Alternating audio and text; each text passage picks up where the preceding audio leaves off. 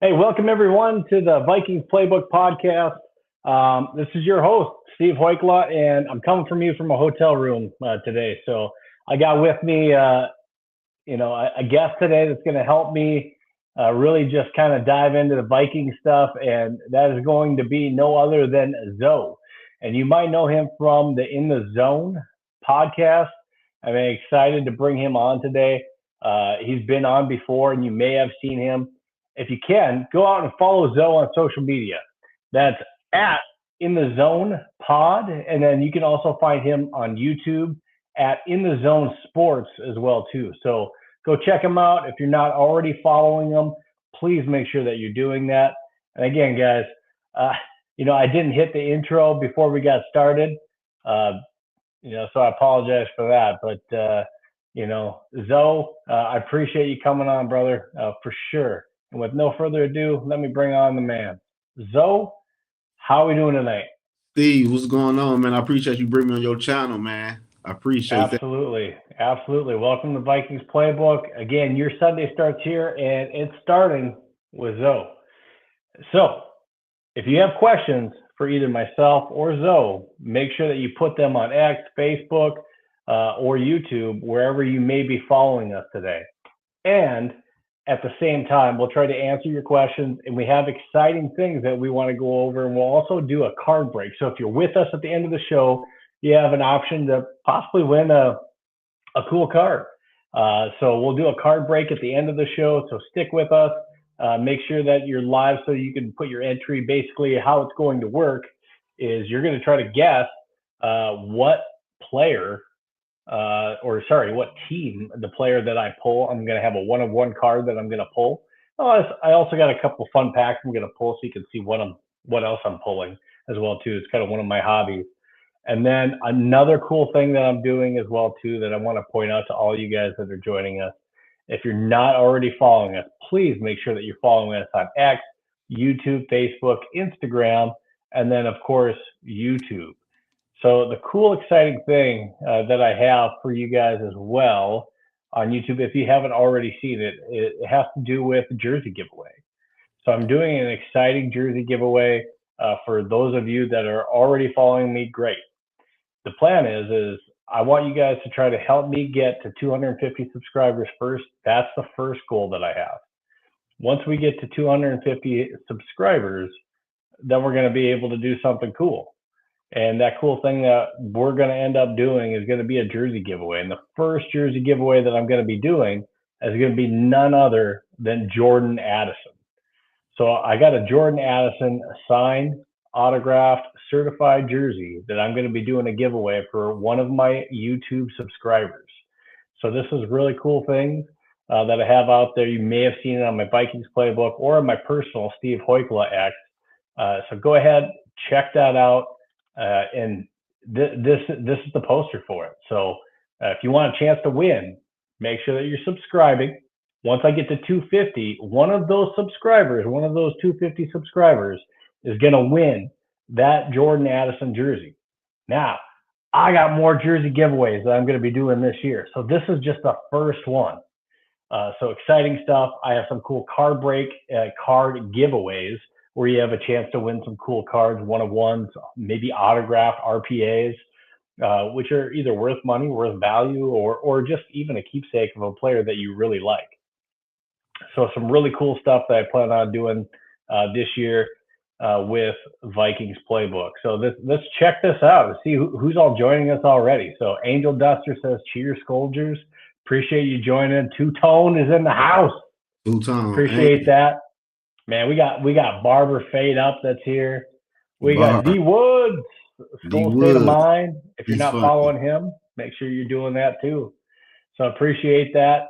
And then who else we got in here? We got Edward Gonzalez. Hey, thanks for joining in. Appreciate that. Who else? We got Kinetic.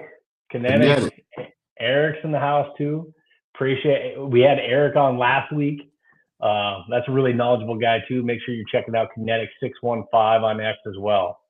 All right, so guys, we're gonna dive into some of these topics that we're gonna have today. But Zoe, I want you to put out some stuff about your pod. I'm going to go grab the card, but go ahead and tell people again where they can follow you, the cool things that you're doing in your pods, because you're pretty active with your pods. I do once a week pods. Every Saturday is at 9 p.m. CST, but you're doing pods all the time. I'm going to go grab that card here real quick, but go ahead and talk about your pod here real quick. So, Man, I go live on a regular basis on YouTube. I drop the link to let other Vikings fans or other NFL fans come on. We talk sports. I'm on Instagram real heavy. I'm on TikTok real heavy. And of course, I'm on Twitter though. But I just drop the link and let anybody who's a football fan come on, and we just basically talk football for real. That's the way I kind of run my channel. and Zoe, you're on quite a few different pods as well too. We see you sometimes. I think just saw you. Was it last night? You were actually at SKOL State of Mind with D Woods as well, right? Yeah. Yeah, I go live D Woods all the time. We go live all the time together. Yeah, absolutely. So, I mean, go ahead, check out, everything that Zoe has going on. The guy's everywhere. He's talking about Vikings. He's talking about a lot of good different topics all the time. So just make sure that you go ahead and you're checking out what Zoe's got going on. I'm just loading some of our topics. I apologize because, like I told you, I'm out of town for work, so I'm not in my normal setup. I've been kind of busy this weekend out of town the last 4 days. So it's been a busy one for me for sure. Now, just because, Vikings, have had, a few different, things that have popped up in the news. It's nothing like major, but we have some things that we want to talk about as well that, maybe we've covered a little bit already. And let's just check out this first topic that I have. Oh, that's not the first one. All right, the NFL draft.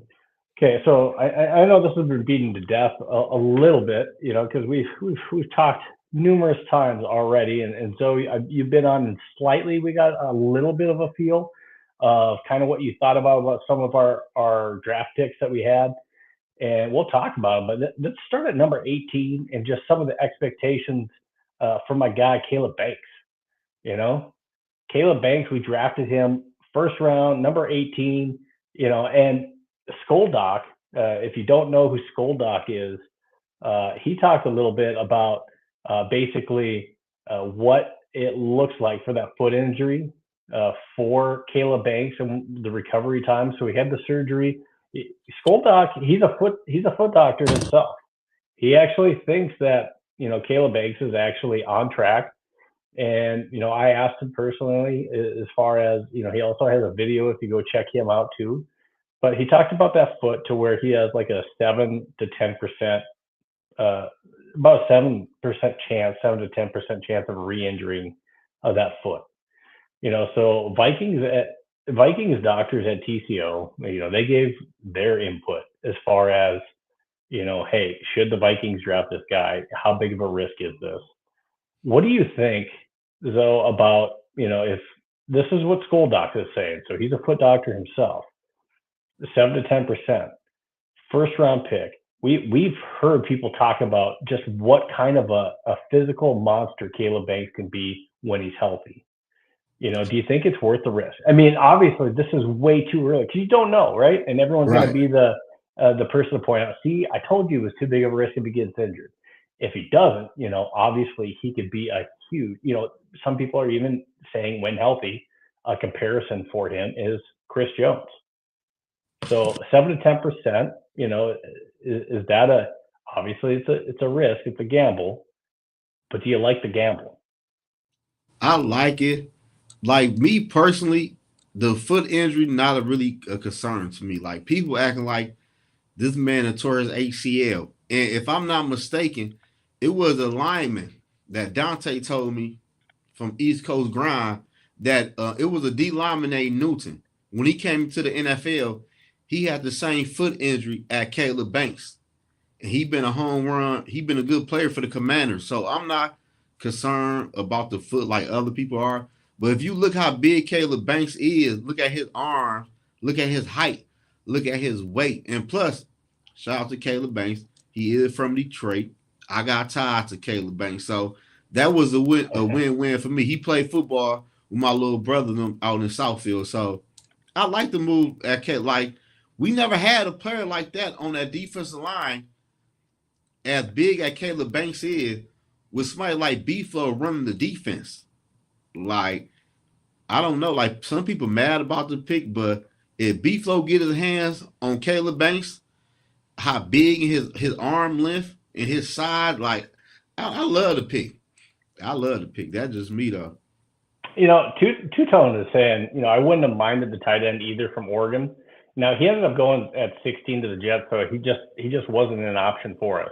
I do like what could have been with Kenyon Sadiq, but at the same time, that's a luxury pick for us yet at this point. I know that TJ, that he could be in his last year and everything, right? But at least for this year and what we needed, and and Two-Tone's talking about it, Big Citrus as well. Man, you talked about it, and Brian Flores has his hands, his fingerprints are all over this draft as far as how heavy we went on the defense. And people have talked about how they could imagine Brian Flores standing on his head for Big Citrus there in round 3, and at first, I think everyone was kind of shocked that it's Big Citrus, and then you take a little bit and you kind of think about it. You're like, well, we already took a D tackle, but just not only is he potentially insurance, but he's also the plan if it comes together between Redmond, Big Citrus, and Caleb Banks as a future front. Not saying that that's going to be our front to start the year. Or rookies, I don't want to throw shade at Levi Drake, Rodriguez, Tyrion Ingram, Dawkins, and Elijah Williams, who all have played well as well. They're going to have a little bit of a leg up in that defense. And, I don't want to count them out as far as at least starting the year. But your future middle of that defense will probably look like Big Citrus, Caleb Banks, and Jalen Redmond. And that should be scary to any opposing offensive line. Right? Yeah. I like that, though. I don't like man, like, I don't understand Vikings fans, man. Like, some people want a wide receiver. Like, bro, we took Caleb Banks, minus a foot injury. Caleb Banks is going to be healthy by the time when football really get kicked off. But, man, him on that D-line with the rest of the D-line we have, once again, Brian Flores is going to move Big Banks all around. That's going to be a mismatch for a lot of offensive linemen. It's going to be hard for them to, like, guard Big Banks.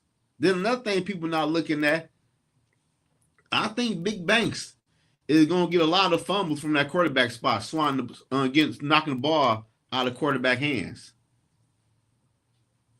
I mean, it's full state of mind saying Redmond, Orange, and Banks rob. Well, it could have been a risk, but did we rob the bank? We'll have to see if we rob Banks away from some other teams, and that he turns out being cash money for us here in Minnesota.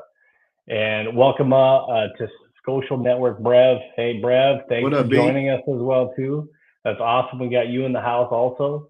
Appreciate you guys joining us and showing love as well. So, Brev, if you don't know, and if I haven't given a shout out yet, but I also write for Purple PTSD. So does Brev as well too. So Brevin Bain is another one of our writers. Check us out, purpleptsd.com. They also host this podcast as well on the website.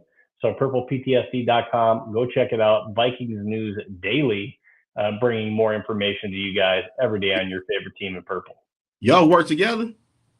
We do at times. I never knew that. So, yeah, absolutely. So we both write for the same website. Now he also writes for heavy.com as well.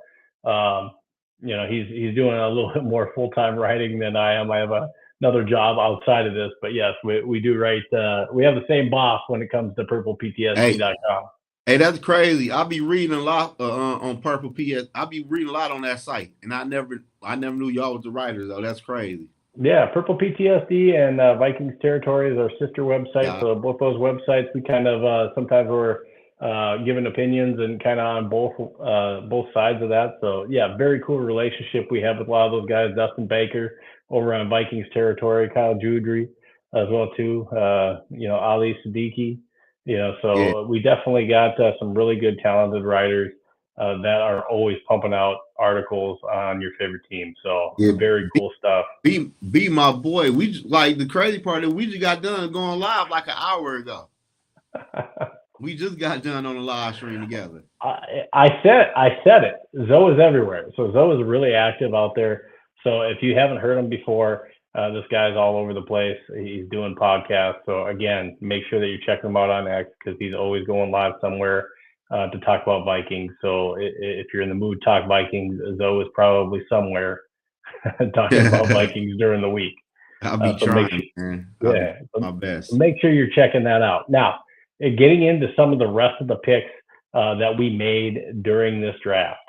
So it rounded out real well. And I know I got some of your feedback on that. So at two, Jake Golday in the second round. We talked about Big Dom, Big Citrus, Caleb Kiernan, very, very sneaky pick that some people thought was should have been a round two pick that we get as maybe a future backup plan for whether it's O'Neal or if for some reason we can't stay healthy with Darisaw, Jacoby Thomas from Miami, safety we also take in the third round. Then we follow that up with a really popular pick, especially for Kinetic if he's still in here.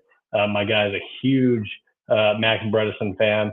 I'm probably sure he either has one coming if he doesn't already. Some kind of a podcast that's probably like 5 hours that breaks down how great Max Bredesen is. But I agree. Having him come in, no CJ Ham, Max Bredesen comes in. He's going to be an awesome addition to that room that gives us a fullback that can really do some damage, not only in the blocking game, but he's versatile as well too as a catcher as well. Charles Demmings out of Stephen F. Austin, cornerback Damon Claiborne, which we traded up from the 7th up to go get him out of Wake Forest at running back, a very speedy guy running a 4.31. And then also Gavin Gerhardt, we finally pick up a center, but I think Blake Brandell is, and I wrote about it already before, Blake Brandell is probably going to be your guy. But when we take a look at these picks, Zoe, who is, some of these players that just pops out to you that you really liked in this draft that we had? Man, I'm not Other gonna than lie Blake to you. I ain't and gonna Dom. lie to you. Of course, I love Max. That's my Michigan guy. He could Mm-hmm. play fullback, and he could play tight end. So that's a 2-for-1. But I really love that linebacker. I love the safety and Banks. Like a lot of people, it's crazy. Like we write Banks off. He never I think Banks is going to cause a lot of trouble on that defensive line, man. I like Thomas. I think he's gonna come in right away and contribute. And I like that. I love the linebacker because that linebacker we picked up, he also can cover. Like he can Mm-hmm. cover Yep. good too, though, and he can tackle real good. So that was a big hit to me. And like I said, man, we got Brian Flores about to get the young kids ready for the pros. Then we got other people in the building that are already pros that gonna show the young bucks the way to do the thing, how the defense should work. And I just think, man, I think the defense gonna be better compared to last year. I got Yeah, big, I got big expectations for the Vikings this year, man. we added depth. We did bring back Ivan Pace at that low tender, but we brought in a second round linebacker out of we like Cincinnati, right? Especially Cincinnati linebackers. But we go out and we get Jake Golday that adds some good depth. He's an off the ball linebacker, but we add him in, and now we don't have as big of a hole between Eric Wilson, Blake Cashman, and then going to Ivan Pace and nothing. So we now bring in Jake Golday, who seems like at least in college, can he bring that same impact? Very versatile. The guy is even playing coverage in the slot. Yeah, So he can do some multiple things. He can play in coverage, and that's some crazy versatile stuff that he's able to do. RAS wise, people are comparing him to, how Andrew Van Ginkel scored out on the RAS scale. So just high expectations for Jake Golday as well. I think Tiernan has the ability to step in and at least initially be a really good swing tackle for us. But there's definitely possibilities for him. People talk about him having shorter arms, so who knows? This just say Will Fries doesn't pan out, he could be your new right guard.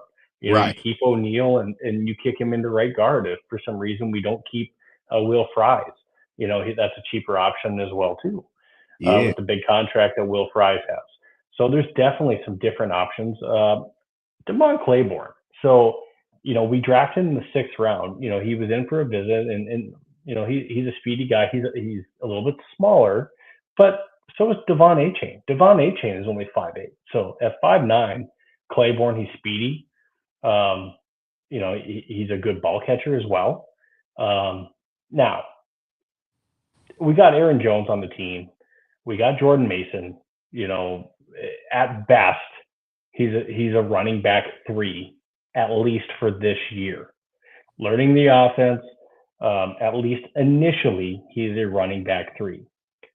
But at the end of the year into next year, Aaron Jones probably is not on this team. We brought him back, I think, because, that was a safety net. Because of the options that we maybe didn't bring in free agency and we didn't know how the draft was going to pan out. And I still think that was a good move. And Aaron Jones has stuff left in the tank and played well last year. So I thought that was a good move. But, does he have the possibilities, though, do you think to get some meaningful reps this year? And do you see him as a potential combo with Jordan Mason going into 27? You see that happening? I would say I do see him playing because we all know Aaron Jones is older now. And last year, I think every game he played, he left. I don't think he ever even played a full game. So I do think the running back going to play. And this is Mason last year under contract with the Minnesota Vikings.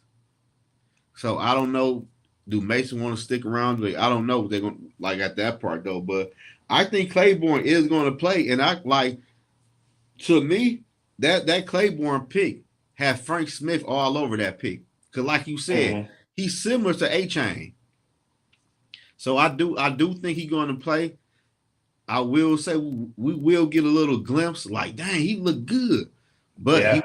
he won't play a lot because Aaron Jones gonna eventually come back. Then you got Mason. Then I do like Scott. I ain't gonna lie, I do like Scott. I do like Xavier Scott too. That is a conundrum. Hey, he had a good preseason last year. Well, to me, he did. But I do like Scott, though. But I do think Claiborne, he will get a few carries this year due to the injuries. Aaron Jones all day. Aaron Jones has a tendency to get nicked up here and there as well too. We got Purple Jesus in the building. Sup nerds? He Lefty. says. That's my boy Lefty. What's the deal? Now he's talking about Caleb Banks here. He said the Vikings team doctors know what they're doing. If the doctors aren't worried about his foot, then neither should you be. No. I mean, I can agree with that to an extent. I mean, I have no doubt that the Vikings have done extensive research on this over and over to make sure, hey, is it going to be something to where it's too risky to draft him, especially at 18? Right. So I have no doubt that they did their due diligence, but we still got to talk about it as still a risky draft to take him at 18, to not trade back and to try to get him. It's still a little bit of a risk, but the reward, the potential was just too big for Minnesota to pass up from everything that we're hearing.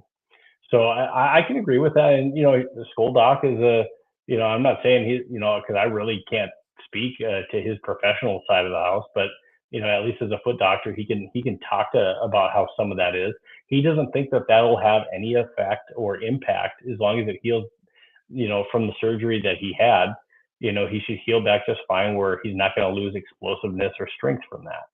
Right. So it's just a matter of, does he have a freak re-injury? And when we're talking about 7 or 10% chance of him ever re-injuring the same, injury on that left foot, that's still a pretty low chance. Right. I think when I hear 7 to 10%, so if we're just talking about that, now he could have other injuries because Yeah. there's other things that people. I'm not worried about that. So when I hear 7 to 10%, that it seems like hey, before when he re-injured it, he didn't have a surgery because the doctors at Florida, basically whoever was advising him with probably bad advice, advised him not to go get the surgery or that he didn't need it initially, and that was probably why he re-injured it or injured it more. Right. So he probably should have had it the first time. So it's probably only lingering because he didn't get it properly addressed the first time. You know. Mhm. So hopefully this took care of that, and hopefully we're good. Yeah. Angel Duster says, "What's up, crew? Thanks for joining us. Appreciate that. Hey, those of you guys that were joining us, if you didn't already, I just want to pitch this out again. If you're not already, oh, I need to get rid of that one. If you're not already following us, again, make sure that you go to Vikes Playbook on YouTube. Once we get to 250 subscribers, I'm going to give away a certified Addison autographed jersey. So go ahead and check that out. It's completely free, and it's going to one of the 250 once we reach that. I think we're at 100 or just about 100 now. So please spread the word, repost the streams, repost, this little ad that I have out there about giving away a Jordan Addison, because that's only step one of the giveaways that I plan to do this year. So I have multiple jerseys, autographed, certified jerseys that I plan on doing some other cool things this year. But I can't do that until we reach this first goal, which I'm trying to get some more exposure out there. So I'm asking you guys to help me put the word out, and let's get some more followers, especially there on YouTube, expand the reach, and then let's give away to one of you guys a lucky fan and follower, a Jordan Addison signed jersey. And we will Are be doing you a card break as well here towards the end of this stream tonight with Zoe. are you on TikTok and Instagram? I am. Yep. I have. It's hard because I got a full-time job as well too. So trying to keep up on all the social media, it makes it tough a little bit to do all that, have kids, and do Yeah. all the things. I'm going to be coaching t-ball, and Oh yeah, so yeah, yeah, yeah. it's hard to do it all. But and writing for Purple PTSD, man, Right. it takes a lot to do it. But I love it, and so I'm trying to do my best. And one day, hopefully, I'm lucky enough, like Brev, to be doing this full time Right. and That's being the able goal. to. Yeah, absolutely. So I'm working towards that, and hopefully that comes to fruition at some point too. Facts. Barber Fade Up says Derrick Henry came back from a foot injury, and look how he runs now. Yeah, absolutely. We've talked multiple times. I think when you were on, though, we talked about Adrian Peterson had injury concerns coming out of the draft. He turned out okay for us, I think, Yeah. too. Like man, Absolutely. Vikings fans just love to complain. Like they just love to complain. I mean, let's look towards the positive part. If he stays healthy, I mean, we addressed. You get better first within the trenches. If your trenches aren't good and strong, it's hard to get better without that. We saw it Right. last year. We didn't have a healthy offensive line. A lot of different mismatches that we were trying in combinations. And what happened from that, I don't think it mattered who we had at quarterback last year. Not staying healthy really hurt us on the offensive line. So Exactly. if we can stay healthy and we invest in the trenches young through the draft, and at least if we get that right, or at least a good part of it right through the draft, that's how we get better. That's how we get younger. That's how we get at least a little bit cheaper on the salary cap side of the house, so we can go out and if we are close, we can go out and maybe get some of those key free agents, key pieces that we might be missing. Exactly. Now let's go ahead and take a look at some of the other things that I want to take a look at from this little group that we have. So the group that we have that's coming out is undrafted free agent standouts that we brought in as well too. And I don't know how you're on all over the place, but I don't know how much you've had an opportunity to take a look at this list. And this is just kind of our undrafted free agent list as far as who we brought in. So some of these names, Scooby Williams, Thomas Remack, Tristan Lee, that was really highly touted that a lot of people were surprised that was still around. That we got Dylan Bell. I've heard a lot of good things about that Georgia wide receiver. Talking about how actually Georgia didn't use him properly with all of the different things that he can do and how versatile he is, and that he just needs an opportunity to do it. Heard some really good positive things in the media about Marcus Allen, how he could be one of the standouts from this year's undrafted free agent class. So a lot of good things that we're starting to hear about, even just the possibilities. Now, you can only have 53 to start the year, right?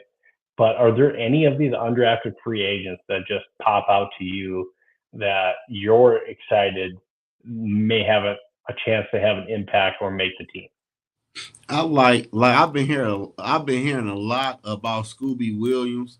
I've been hearing a lot about him. And I also like, and I still think we need linebacker depth, in yeah, special teams. we do need that. We do need that. And Dylan Bell, I like Bell. I like what I seen last year from Bell. I can't believe he went. I can't believe he went undrafted. But like you said, like you spoke on Marcus Allen. I like Marcus Allen, man. Marcus Allen is I think he's 6'2", 6'3". He's something like he a tall corner, but like we all know we need corner help though. But Right. like I like Allen, I like Bell, I like Scooby. But they brought in a lot of UFDA. You can't keep them all though, but they brought in a lot of UFDA. I think might crack the 53-man roster. I can see Marcus Allen cracking it. What does the chat think? Chat, are there any of those undrafted free agents that you really like that you think, hey, they have a chance of making the 53? Here's a list here real quick, Chad. Is there any that really stand out to you? I know we've heard about some of these guys. For me, I feel like we got to find a way somehow to get Dylan Bell cannot fall to someone else. Barber Fade Up says, hey, Bell, just how versatile he can be. And I agree with you, Barber. Dylan Bell has to find his way on this roster somehow. Now, we take a look, once we get a little bit closer into the year and training camp and stuff like that, we'll start playing the 53-man roster game. But we may bring in a veteran receiver that we're going to talk about here next as well too. So that's 3 spots that are already gone. Ty Felton's going to be on this team. That's already 4. What are we going to do at the kick return situation? That would bring us to 5. We've had 6 receivers on the team before, and that could happen again this year. It just kind of matters what we do. There's a lot of defensive tackles we're going to keep on this team that we're not going to let go by the wayside. So that's another position where we're probably keeping 6, 7 individuals on the defensive tackle position. We need to be somewhat deeper because we saw what happened early last year on the cornerback position. That we're going to be keeping, 4 or 5 safeties. So when we start playing the 53-man roster game, we signed the guy out of Buffalo on the line. We just picked up Tiernan, so our offensive line is probably keeping 7, 8 folks as well too. So we'll have to see what that all looks like. D Woods chiming in, School State of Mind. He says Bell reminds me a lot of Cordell Patterson. I don't know how you would take that. I don't. Well, so I think what he means is, Cordero had a lot of talent, potential, skill. The biggest problem that Cordero Patterson had was some of the route running in his hands. That's really what hurt him. Is he was so raw. But I mean, he was really talented as a kick returner, punt returner for sure. We know that. And we saw how he developed even into a running back in a role down with Atlanta.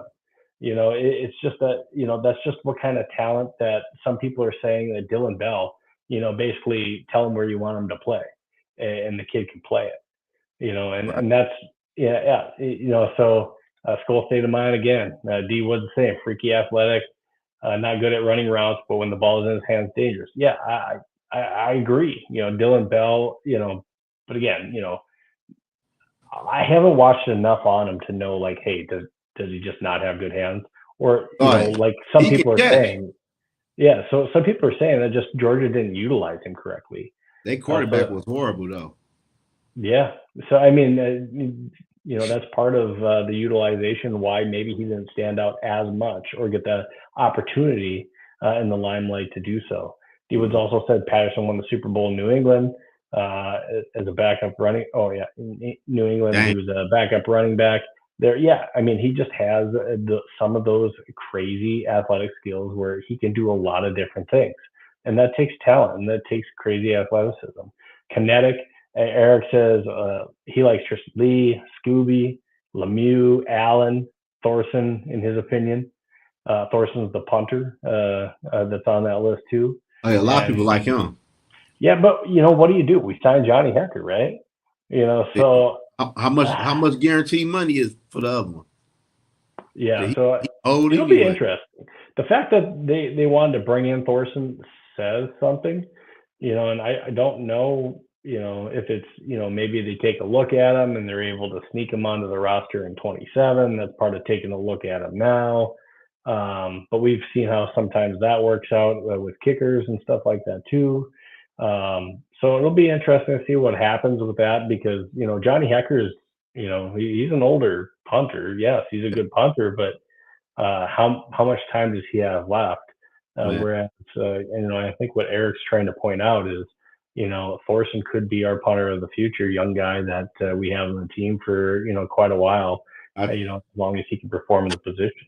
I tell you what, if that punter look good in preseason, that old head got to go. Cause I'm always for it. Man, play the young buck. Let like he had it like play the young boy. Yeah, and we're going to talk more about it, with the salary cap as situations keep going with this team, but salary cap when it comes to wide receiver. We just had Juwan Jennings, former San Francisco wide receiver in here, and he had 9 touchdowns last year, over 600 yards receiving for San Fran, and immediately bringing him in makes us one of, if not the best wide receiving corps out there. If he is in here, he was here for 2 days, left without a deal. At least what's being said is, there's still a possible deal from Alec Lewis saying that, both sides are still talking and that Minnesota would prefer a 1 year deal, is what I'm hearing. Or sorry, that was from Darren Wolfson. Would prefer a 1 year deal. Now, a couple different things with this, though.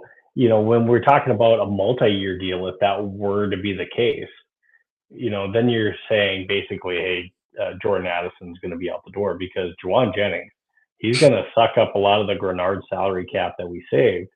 A lot of that, would go to him because Mm-hmm. he's looking for a bigger deal. Yes, the nine touchdowns is good, but it's not like he had 1,000 yard season. So it can't be too crazy. But it's probably around that 15 to 18 $1 million money mark of the kind of money that he probably is trying to command. I'm sure Minnesota is trying to bring him on a low teen uh, type of 1 year prove it year, maybe even a little bit cheaper than that. But and that's probably why he didn't sign the deal initially. He probably wants to test the market to see who else is interested and what kind of money deals that he can get right now. But I like the single year. I like the prove it type scenario if it is Juwan Jennings. But we also have some other holes we have to think about. Yes, we brought in Eric Johnson second. He's a depth piece at defensive end. Could if we sign somebody like a DeAndre Hopkins or a Keenan Allen type individual that maybe is going to be closer to around the 5 million for a 1 year type deal, we have the flexibility to go out there to maybe sign another safety. Because we or have a cap room if Harrison's trying to come back, right? We don't know what kind of deal that would look like if it's just a vet minimum or what it's going to be. Or we can go out there and also, try to bring in another, competent depth, a defensive end in here to get into that rotation as well too, because now that we don't have Grenard, there's not a whole lot of depth behind Andrew Van Ginkel and Dallas Turner. Right. I don't like the receiver spot is interesting. I always say play the young boys, but we don't know if Todd Felton is ready for that role. Dylan Bell, people say he barely can run routes, so we don't know. Me personally, honestly though, I give Jennings a 3-year deal. The third year will be an out option. Then, depending on what happened with Addison, I might shop Addison and see what I can get for him. Because what is the point giving Addison $28 million and you paying Justin Jefferson? You got Justin Jefferson, run with the older receiver that is way cheaper compared to Addison for your receiver number 2. Then you see what you have in the young boy. Then you can move off of Jennings. But that's the way I would do if I'm the Vikings. Because me personally, I don't want to pay Jordan Addison. I'm not paying no $28 million. And that's not me saying that I think he's a bad wide receiver. And that's if we're lucky. I think that price is if we're lucky. I think he's due for a big year this year. And if he would have had the year that he had previous to that, or the year that planned, if he hits 1,000-yard season, I think there's a lot of teams out there that view him as a potential number 1. And I think he views himself as that. Right. He's going to try to get paid closer to that $30 million if he has a big year. Last year wasn't one of those type years where he could command that. So he's hoping he has that type of year, and that's going to be a really tough conversation to have of paying 2 wide receivers like the Bengals have done, to where you're forking out that kind of money for your 1 and 2 wide receivers. So I can agree with that. It's just at least for this year, I would love to see a 1-year deal, and then you can kind of see how things play out between Addison and Jennings, and then hopefully sign one of those individuals to a more palatable type deal, if possible. But like Jennings, though, I'll give him a 3-year deal with about $32 million in guaranteed money. Depending on what happened with Addison, because no matter what, he's cheaper than Addison. 15 and 14 and cheaper than 28 and 30. So I'd rather get Jennings a 3-year deal. The third year will be an out option for me with no money kicked down the line. Then hopefully one of the receivers we drafted this year or maybe next year can pop, and we got a nice wide receiver room. Because I don't want to it make no sense paying 2 wide receivers over $20 million in your team. Not even like that. I don't see Jordan Addison staying on that $18 million 5th-year option next year. I see there being a boiling point where there's either a deal that happens after this season or he is traded. And that could be during the season, depending on how it goes, or after the season, because what you can't do is you can't let him dictate or push his way out and end up in a Jonathan Grenard type situation where he's worth more than maybe what you got, but he's asking for new deals, which complicates trades. Right. So if you can find a trade partner a little bit earlier, obviously he's worth a little bit more, especially if somebody thinks that they're going to be able to keep him on dictate the terms and negotiate a new contract, or keep him on that 5th-year option. And I think if they trade him, does he still stay on that 5th-year option, or does that go away and they have to make him a new deal? I'm not 100% on that. The other team will offer him a new contract, and he will take that new contract if he get traded. Yeah. We also got Norris in the house. Norris, my guy. He says, "Hey boys," so it's good to have him in here. He's always the guy. He's on almost every podcast as well too. Some of these guys, Barber and all them alike. Tech Jedi is here. Yeah, Viking got a good fan base on YouTube, a good community for real. Loyal base, right? I think, man, I would have to say probably best in the NFL for real, because we got a lot of Vikings content creators on YouTube. Yeah, it's surprising, and there's definitely a few of us that have some really good friendships that have been made through this. Not even just the podcasters, but some of these very same individuals that are in the chat right now. So appreciate your guys' dedication and appreciate you guys joining us here in the chat. All right, so we've talked a little about Jennings and who else. So we're talking about Juwan Jennings, TJP. Thanks for joining us. So Juwan Jennings could be an option. So I want your guys' thoughts in the chat. Do you want Juwan Jennings? He's got to take some payroll. There's Deebo Samuel that's out there. There's Tyreek Hill, who could be an option coming off of an injury. There's Keenan Allen that's out there. DeAndre Hopkins, who has a former chemistry with Kyler as well. Out of those 5 options, what do you like trying to go with this year? Do you want to roll with Ty Felton as a wide receiver 3? And hopefully, he's put on some muscle, worked on some things this offseason, and he could come back and surprise us this year. And I hope he does that, whether he's wide receiver 3 or 4. But what options do you like best out of those 5 or 6, if you're saying roll with Ty? It's just the point with me, like, I don't have no problem with Ty being wide receiver 3.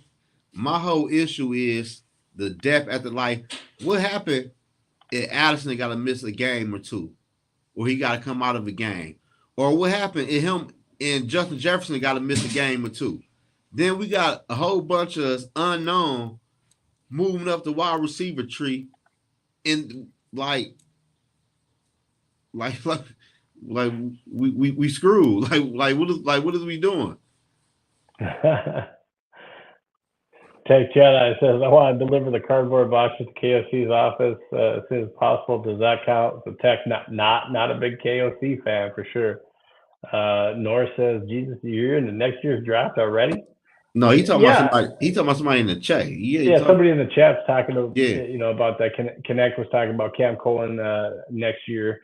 You got to look at it because it's gonna be something that if Addison's not here or we don't have the Jennings type contract or anything like that, you're going to be looking at someone additionally, even if Ty Felton's able to step up a little bit as well too. So right, exactly.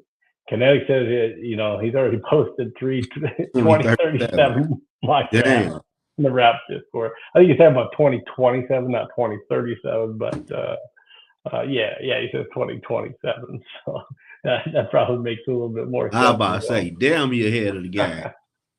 All right. So topic number 4 that I want to talk about. So, and I missed part of it.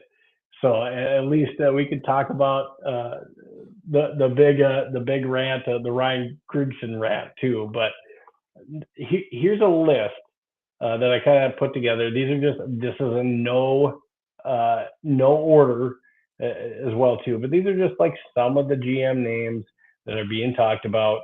And I don't have, so not everyone's going to be on. These are just some names. There's different people are going to that are going to pop on here. I've heard Hallaby's name from the Philadelphia Eagles as well too. I didn't have time to throw him on this list as well, but there's other individuals that could show up here. Now, there was a post that was made on the Minnesota Vikings official X, and what they came out and basically said from the Wilfs is, they're going to be using Key Turn ZRG as well as from Alex Lewis on PA show on KFAN. Talking about how there's going to be an internal group as well. So those two groups are going to come together to help make the decision. The biggest question I have with all of that, is also going to be, who is going to be the individual that's going to be, after these two groups say, hey, I want this individual. No, I want this individual. Once that all happens, who's going to end up being the individual that has the final say? That's Mark. That's Mark. Mark Wills. So is it? We don't know, but so we know that Rob Brzezinski has at least said that he is interested in the GM job and he has a lot of support within the organization. That doesn't mean he's going to get the job, but obviously he has a leg up on the rest of the competition, to get the job. But as far as the options and the individuals that you see on here, you're going to see that some people have ties. Terrence Gray, he's the Buffalo Bills assistant GM. He's a former Viking scout. There's also some other individuals like Brian Stark. He's an assistant GM down with the Raiders. He has ties to Kevin O'Connell. You're also going to see like Reed Burkhardt, Denver Broncos assistant GM. He's a former Viking scout with Minnesota ties. So there's different individuals. John McKay, you've heard a lot about. Jason Harmon's a big John McKay fan down with the Los Angeles Rams. And again, I mentioned Hallaby, who's the assistant GM, who's I guess moving on to do different things. I haven't seen exactly what he's planning on moving on. If that was like, hey, I'm moving on because I'm pursuing GM positions, like maybe with the Vikings. I don't know. But when you see the names on this list, in the job that Rob Brzezinski has done, obviously I don't want to lose him. I think I think actually Jason Harden made the post that, it was like a meme thing that, arguing that Rob is too valuable to be GM. Basically, as a salary cap guy, we need to keep him as a salary cap. But if you're bringing somebody, it's great that some of these guys have Vikings ties. I think the one thing that we need to be cautious about is that we don't bring in somebody that's a big KOC guy. And the only reason I say that is I want the individual to look at that situation, whether he does good, whether he does bad, to where if there has to be a tough decision that is made, and obviously GM and a coach are going to end up having a relationship no matter who you hire. They're going to have some type of relationship. But whoever comes in, I want them to not come in and think they got hired because Kevin O'Connell says, I want this guy. I want them to come in and with an even keel or even mindset or a balanced mindset, be able to make the decisions that they think are best for the team. Now, I'm not mad at this draft. We know that coaches, especially Brian Flores, had a lot of input on this draft. I'm not mad about the draft that we had so far. We don't know how it's going to turn out. We got to wait like a good 2-3 years to really just kind of look back and, was this a good draft? But I think we just need to bring in somebody that's, going to be able to be the GM, especially when we take a look at different coaching hires and firings, and be able to make a decision that's, you don't have a coach that maybe has power over them. Best for the team. Yeah, what's best for the organization, the team. Right. Absolutely. Right. What are your thoughts? Man, honestly, like Rob is cool, but to me, Rob got too many red flags. Like, you was here when you brought in Kirk Cousins. You were part of that triangle. You were part of the people that said no to Jim Harbaugh. You wanted KOC. So, me, honestly, on that list, I like Chad Alexander coming from the Chargers because he is an Ozzie Newsome protege. He ran with Newsome with Ozzie when he was at Baltimore for all them years. So, and he been a football guy. I want to say he's been around for like 30 years. And we all know how the Ravens used to draft. The Ravens had one of the best GMs at the time in the NFL. So Chad Alexander, to me, is a person you bring in because he had no ties to no KOC, to no Brian Flores. He know football. And a lot of people say he know how to. I read an article months ago that the GM at the Chargers now, he said everywhere he go, he take him with him because he know how to identify talent. So me personally, I'd take a swing on him. Football guy. And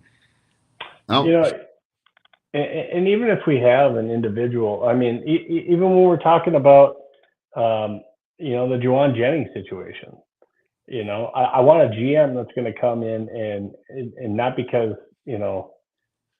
I think you take it under consideration, obviously, if a coach thinks someone's a good fit for their offense and a good locker room fit, all that good stuff. Absolutely. And D Wood says a football guy, LOL. Yeah. Yeah. So, aren't most of these guys football guys? But it should be if they've been in it for quite a while. But I think what they mean by that is not somebody that just lives by analytics. and somebody that's more of a football guy, maybe coming from some of that scouting background as well too, or even a former player. That could be, who you're talking about. But I want somebody to come in and actually make good decisions, based on what they think is good for the football team, taking in consideration of what the coaches want. But But that's something that we gotta take a look at. but Steve, though, at the end of the day, are the Wilfs or is Mark willing to change his approach when he hire a new GM? Can he have full control, or are he gonna keep on doing the triangle thing that never worked? No, I think that's what it depends who's hired, right? And we'll see. We'll really see. And I think they're trying to take a different approach, and we can analyze the turnkey ZRG, type method and what they're trying to do. We'll have to see who gets hired, from all of this, and kind of analyze it from there. Oh yeah, If it's Rob Brzezinski, you I'm gonna know, be mad. I think then that's kind of the situation like you're talking about, Yeah. where it is more of a triangle type situation. But if it's somebody from the outside, um, it, I think it's okay if they have Vikings ties. But bringing someone from the outside that's going to come in and it's their job, you know, they're the ones making the GM decisions. I think that's a great thing. But Um, yeah, go but ahead. like this ZRG group, I Hmm. did my homework on them. I haven't identified one GM this firm to hire for an NFL team. They were hired by Atlanta Falcons with another firm to find the head coach. That when they hired Kevin Stefanski. But at the end of the day, what had this firm done for them to hire them to locate them a GM? Where it's really not hard to put a list together on your own to find a Hmm. GM. So basically, you hiring Chat GPT to find you a GM. Yeah, I mean they're putting together an internal piece, and I think this is just me personally. I think this was an attempt for them to, because they have a relationship with Rob Brzezinski, and I think they're trying to take that emotion out of it and bring in somebody from the outside, even though it's Chat GBT, whatever you want to call it, turnkey. I don't think that's necessarily what they're doing, but I think bringing in somebody from the outside to come look, and then also making sure that they have an inside group that's also probably uh, a part of this. But I think this is them trying to take the relationship out of it, or at least their relationship with Rob Brzezinski, because I think if they do it this way, and let's just say that they don't pick Rob, they can say, "Hey, we brought in somebody from the outside, and they thought this was the best situation. We still love you, Rob, and we want to keep you in the organization. You've been here for 28 plus years. We want to keep you as our, the executive VP where we had you before. Are you willing to stay in that position?" I think that's the approach that they're trying to take by doing this, rather than them solely making the decision and Rob feeling like, you know, um, they didn't have enough trust in them. Does that make sense? Yeah, I I think they're guess. too close. I think they're too close to the situation, because let's just say that you were hiring your co-host, you know, and it's just you making the decision, and D Woods is uh, interviewing for the job. Are you too close to the situation?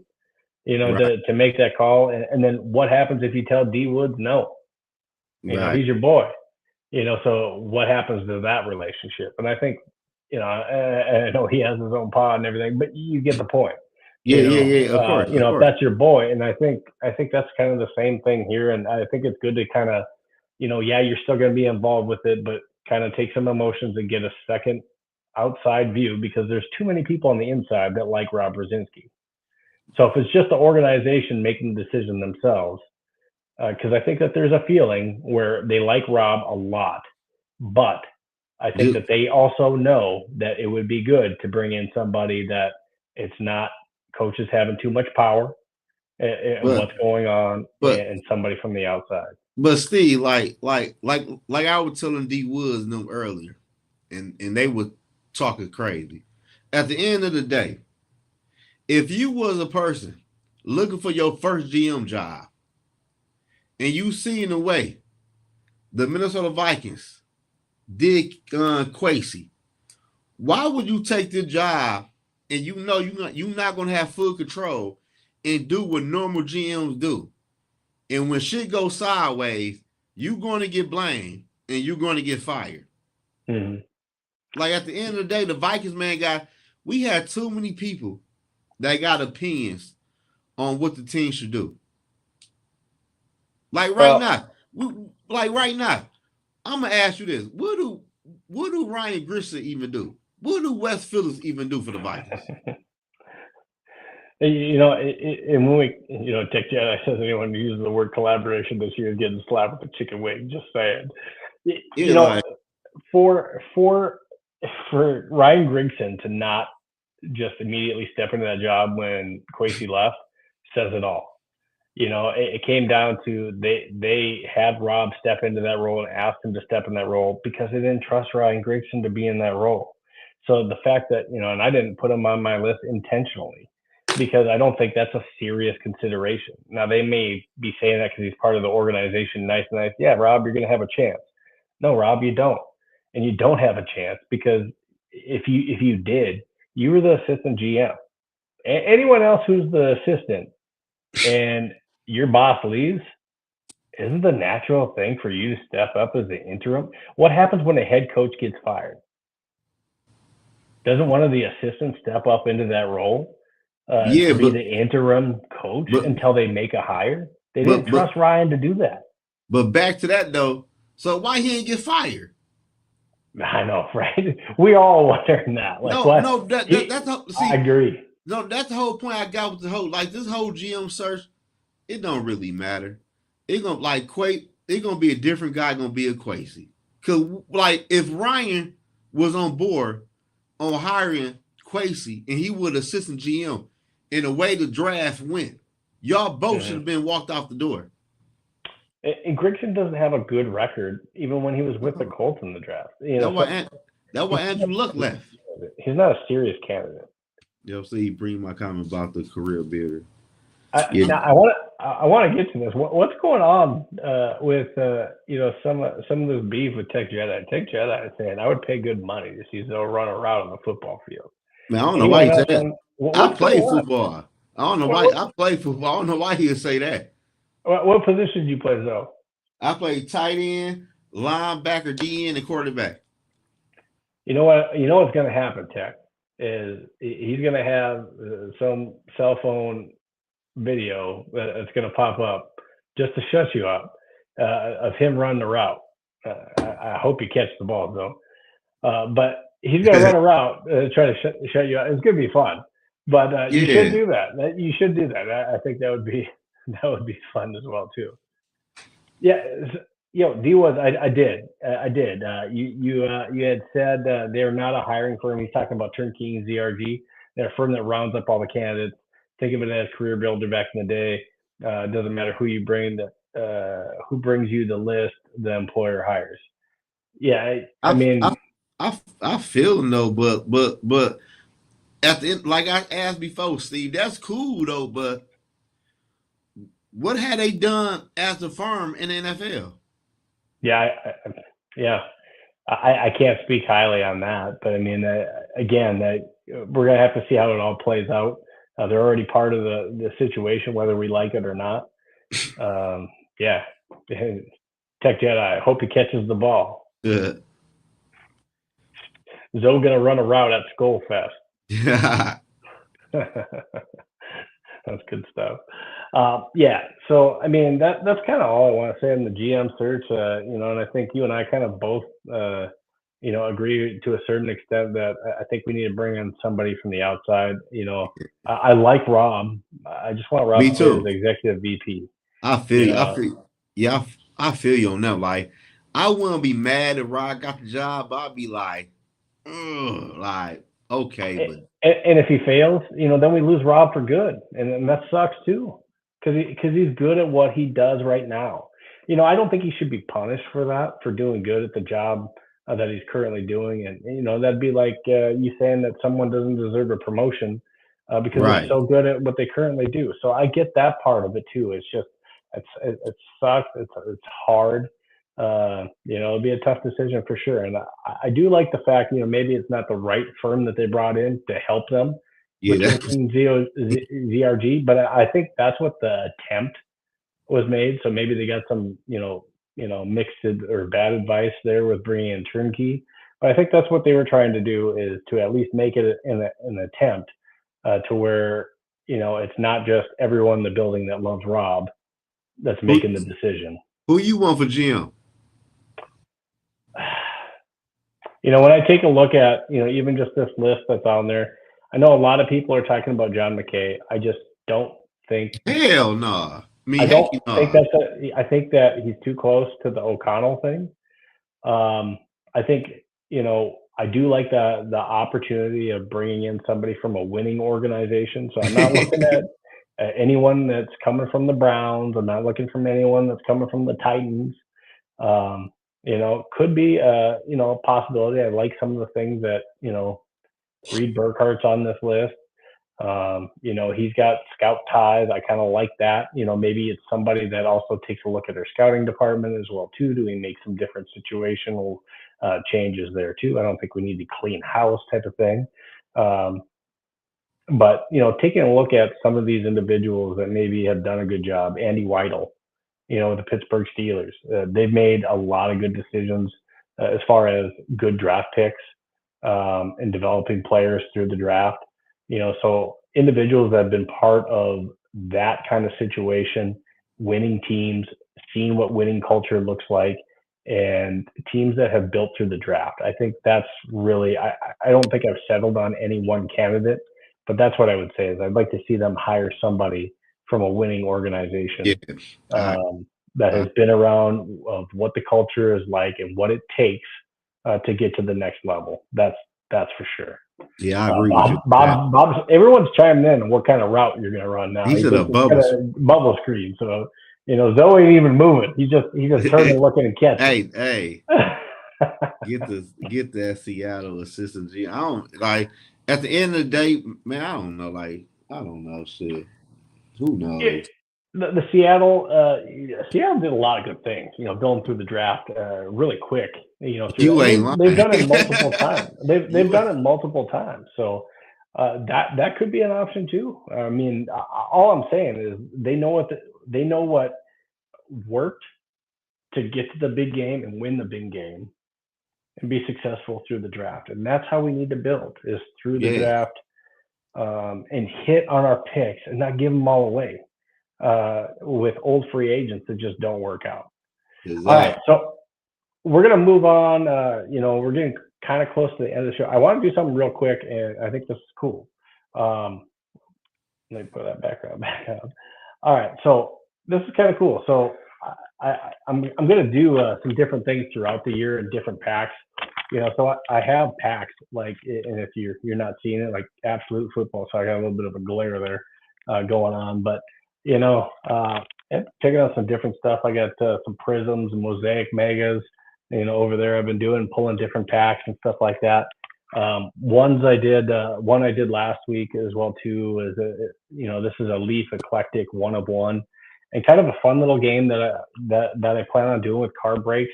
It may be packs like this throughout the year, where I tell you, those of you that are live in the chat, to call out a different team or a player, depending on the different pack that I'm ripping. And if I pull that player or that team, you get those cards if you want them. That is, and obviously if it's a really good, hit, or like a 3-color patch, 4-color patch RPA, it's probably worth a lot of money. That's cool for you. I mean, it's sad for me that I didn't rip it. Sorry, I almost ripped this early, but I plan on tonight ripping this Leaf Eclectic 1 of 1. You could get signature cards out of this as well too. Now, the thing with this is, with the Eclectic pack, this could be current NFL players, or it could be college players. So you could also get signatures out of here that are college players. So what I want you guys to do in the comments is, I'm going to go ahead and rip this card live with you guys. And I want you to pick a team that's an NFL team. And Zoe, you can do this as well too and be a winner. I want you to pick an NFL team and I want you to pick a college team because this could be a college player. So you're going to get two options. Kinetic. Now, Kinetic has already went and picked Minnesota. So he's picked Michigan and Minnesota. It's first come, first serve, guys. So pick your NFL team, pick your college team. Now, is that Michigan or Michigan State? Yeah, I got Michigan Wolverines. He ain't Pacific. I already know who Kinetic was. Michigan Wolverines is who he's talking about. He might be a State fan. Yeah. So go ahead, put your college team, put your NFL team. I'll give you a couple of minutes to do so in the comments. So if you're on YouTube, X, Facebook, wherever you're watching us, go ahead and put your NFL team, put your college team in there. I'm going to rip this thing live. And Zoe, go ahead. You can put yours in the comments. He took my team. You know, you could get lucky, and it's either just a cool card, or it could be something valuable. You can pull a potential $200, $300, $400 signature card out of it. Connecticut took both of my teams. Tech Jedi saying Oregon and the Buffalo Bills. Okay. Think of the different players that you want to rip out of here. Actually, I think last time we pulled an Oregon player. Last time we did this rip. Who would I say? Because I might forget. Make sure you throw it in the chat before it gets stolen there, Zoe. So just go ahead and throw that out. Norse is saying Alabama and the Browns. I'm gonna say while you guys are throwing that out, again, if you're not already following us, because I'm going to go through this while you guys are thinking of your teams. Again, we're also doing a Jordan Addison certified jersey giveaway. Jordan Addison, all right? And I got several more jerseys ready to go. Not just Jordan Addison either. So cool jerseys that are coming up. But the first one is Jordan Addison, and how you win is that you're subscribed to Vikes Playbook on YouTube. Once we hit 250, and let me just do a quick little check here real quick where we're at. Viewing the channel, we're at 98 subscribers now. Once we get to 250, I'm going to give away that Jordan Addison jersey. Once we get to 250, I'm going to announce a new giveaway and a new goal for us to reach, or a different type of giveaway. So I'm going to have some different jerseys coming all year. It's going to be really cool. Bob, where are you from? He says NDSU and Vikings. And, I wonder if I know you, Bob. So I'm a huge NDSU fan as well. So that's kind of cool, Bob. So I don't know exactly where you're from, or if you don't want to say, that's fine too. You can send me a private message if you want. But I'm pretty sure that, we probably ran into each other before. We got Alabama, the Browns. Tech Jedi has Oregon and Buffalo Bills. He said, Bob say Fargo. Fargo. Okay. What that say? Yeah. So I used to live in Fargo. I was in Fargo for about 13 years. So Tech Jedi, Oregon, Buffalo Bills. We got Alabama and Browns. Bob Sweet is NDSU and Vikings. Connecticut is Michigan and Minnesota. Zoe, you still need to put down something in there too. I got one for you. All right. So spread the word. If you go on my X, I have posts on there, Facebook, share it, spread the word, because again, I can't give away this jersey until we get to 250. And I can't do that without your guys' help to help spread the word about this podcast and what we're doing. So make sure that you're sharing that. Appreciate that. Appreciate the love. Appreciate you guys following, tuning in, being active on chat. That always helps as well too. All right. So Zoe is saying USC and the Ravens. All right. And then make sure that you're following us on all of our other social media as well too, on X, on Facebook, Instagram, TikTok, and I'm trying to get those up and running as much as I possibly can as well too. Get them subscribers up. Subscribe to the channel, please. It's free. Everything is free. Everything's free. And I'm giving stuff to you guys, right? And I'm about to clip a lot of clips off this video tonight too, though. Well, probably tomorrow. Very cool. Yeah. Very cool. Zoe, I want you to give another shout out to your podcast, and if you guys haven't already followed Zoe, which a lot of you guys are regulars, right? You already know who Zoe is. But if you haven't, or if there's someone that's watching this out here later, if you're not already following Zoe, he's everywhere, right? InTheZoenPod on X, and then on YouTube, it's InTheZoenSports. So, and again, that's ZOEN. So make sure that you have that. Zoe, I appreciate you joining us today. We're going to go ahead and do this rip here real quick, but I'm going to let you give one other shout out, unless there's anything else, anywhere else that you have your podcast or what you're doing that you want people to follow other than X and YouTube that I highlighted. Man, I'm on TikTok real heavy. I'm on TikTok real heavy, and I'm on Instagram. How can people find you on TikTok? My TikTok name is In the Zone. I think it's In the Zone Sports. ZOEN, right? Yeah, it's just like my name on YouTube, and on Instagram, it's the same name. And is in like everything in underscore IN_the_zone ZOEN_sports. Everything is just like my name. Now, this one isn't for the rip because we're gonna do the eclectic, but I'm gonna go ahead and do a quick. So I've never bought any of these value packs, and I got a few different ones I've been testing out, but I haven't tried one of these 20 card value packs of absolute. I'm not gonna lie to you, I may have ripped a few already. I haven't hit anything real big. Got some cool Vikings cards as well too. You might have seen me posting about some of them here the last couple of days. But let me go ahead and rip this one real quick. And, nobody think about no road ties. So this one isn't for the giveaway, but just gonna do a cool little rip with you guys, and let's kind of see the different cards that I'm pulling out here. And these are the type of players that could. Now these are just base cards pulling out. I got Nico Collins, CD Lamb. These are all base right now. Kendre Miller, Kyron Williams. We're about to get to some of the other cards in here that may have some value. Cortland Sutton, Brandon Ayuk. We got Xavier Worthy there. Again, these are all base. What we got there? Trey Benson. Got Jaden Higgins. So this is one of the packs that I may do with you guys live here too. Oh, we got a Will Howard rookie wave. So that's a rookie. Who? Will Howard, maybe the future of the Pittsburgh Steelers. We'll see what happens there. We don't want to know nothing about Ohio State. Will Howard on the rookie wave there. Oh, look at this. Look at this. Minnesota Vikings. We got Aaron Jones on the hog heaven. So we got a Minnesota Viking right there. So, if we were doing this rip with this many cards and stuff, I would probably have you ask for the player, not for the team. Right. This isn't for the win, Eric. This isn't the pack that we're doing, but this could have been, right? But this is the one that we're doing for the getaway. This is just something fun I want to do with you guys and see the kind of cards that I plan on ripping. Hey, who is that right there? This one is Jordan Birch, not Trey McBride. Okay. Shamir Dyke. We got Alec Pierce, James Cook. These are all, now these two are rookies here. So these aren't just base cards with Dyke and Birch, but they're just not the right players to really be anything good money-wise. But the rest of these are base. Kittle, Justin Herbert, Calvin Ridley. Oh, that's a Viking. Another Viking right there. Who's that?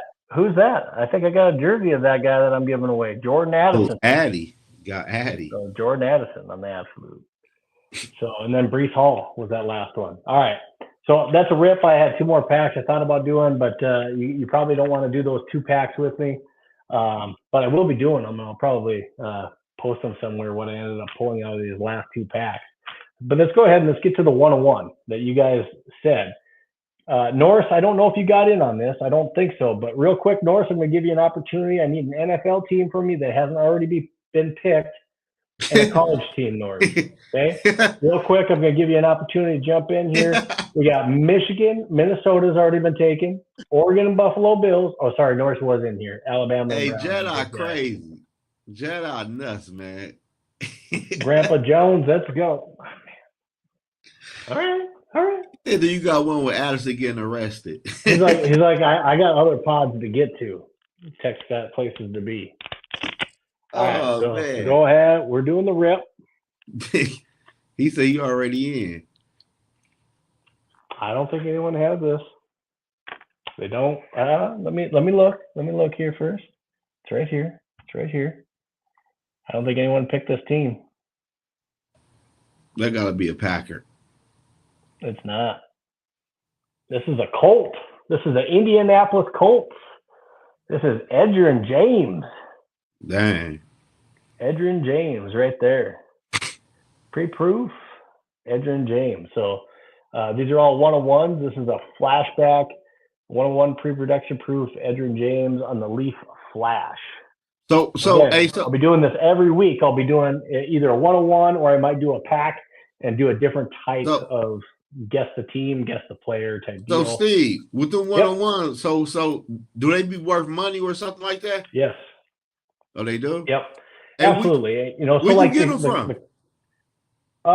So there's different places. Actually, I just went to my local Walmart for these that I just picked up today, just because I was in the store and I figured, hey, I haven't pulled one of these packs before, but I have a lot of different other ones that sometimes I'm getting from card shops as well too. So absolutely. You know what's crazy? When I was a kid, I used to collect football cards. Like I had 2 pages of the Minnesota Vikings and 1 page of the Denver Broncos, because that was my team when I was a little kid.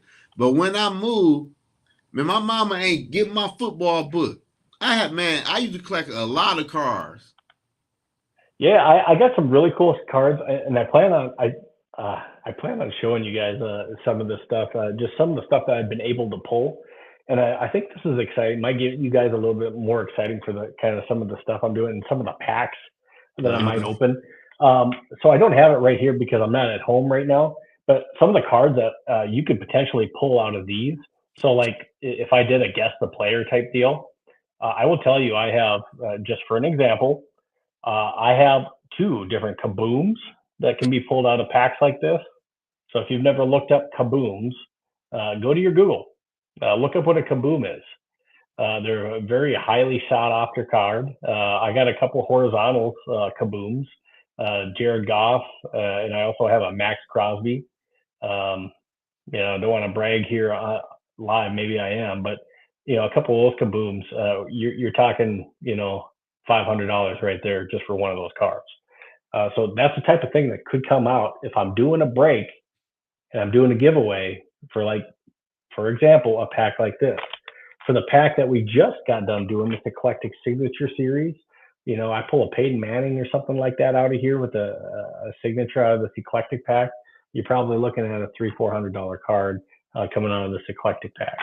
So, I mean, that's kind of cool stuff that could come out of there.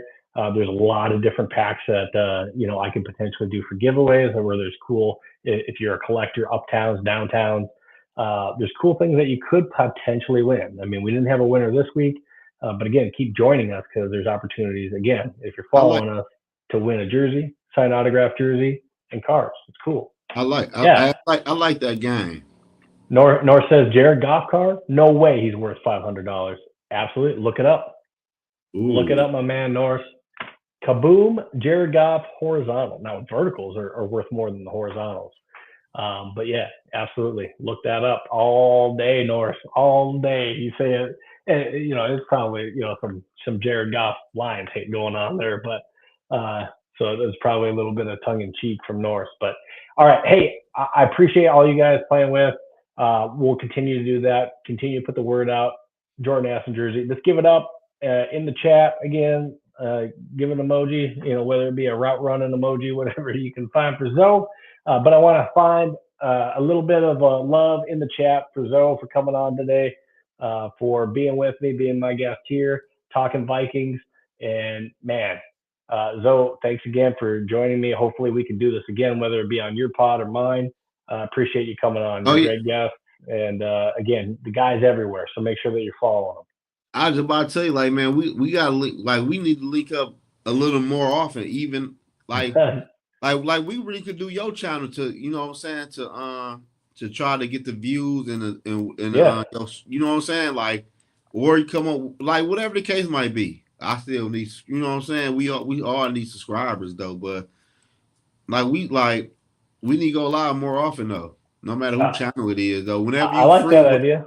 Whenever you free or you want a link, because me, I go live about 3-4 times a week. So whenever you want somebody else on your channel or you got nobody else, text me like a day before, even a couple hours before. I'll be ready to go live. I'll be ready to talk football on YouTube all day for real. That sounds good to me. I'll try to do it when I can for sure. I can't promise that, at least at a pop-up notice that I could do a full show with you, Right. depending on when it is, just with family stuff, kids, Oh and no, events that's going on at understandable work. though. But yeah, Everybody is absolutely. different. So and that's why I try to do at least, and if we schedule something, yeah, I can make that work as well too with my Yeah. wife and everything like that. But that's why I try to schedule this one at 9 o'clock Saturdays. That way, at least guaranteed, at least once a week, that you're going to be able to find me here with That's Vikings that's a, Playbook. that's a good time too though, cause ain't nobody else going live at the time at night. So that's a good time too though. Thanks. I appreciate that. But again, Zoe, thank you so much. I appreciate it. This has been Vikings Playbook, and we can't do it without you guys, the followers, subscribers that are watching, being active. So Bob Norse, Two Tone, all you guys, Tech Jedi, appreciate it. Kinetic, TJP, appreciate it. Bob Swede, I think I mentioned him already, but all you guys, Kinetic, I can't say enough. You guys have been active all show. D Woods, jumping in, Brev. I appreciate it, guys. I forgot though, Steve. We got to go live again, cause we ain't talk about the expectation about the Vikings, and we're going like how we feel about Kevin O'Connell. So we got to do another live. Like, hey, Absolutely. And yeah, well, that's gonna be a talker all throughout the off season, yeah, and going into the first game, especially can he adapt to Kyler Murray? And that's really what it is. It's not Kyler Murray adapting to KOC. KOC needs to adapt to Kyler Murray and or JJ McCarthy. that's facts. That's facts. So we'll definitely be talking more to that for sure. So appreciate all you guys joining us. This has been Vikings Playbook. Your Sunday starts here with Zoe. As always, appreciate it, guys. And until next time, have a good weekend. SKOL Vikings. We're out here.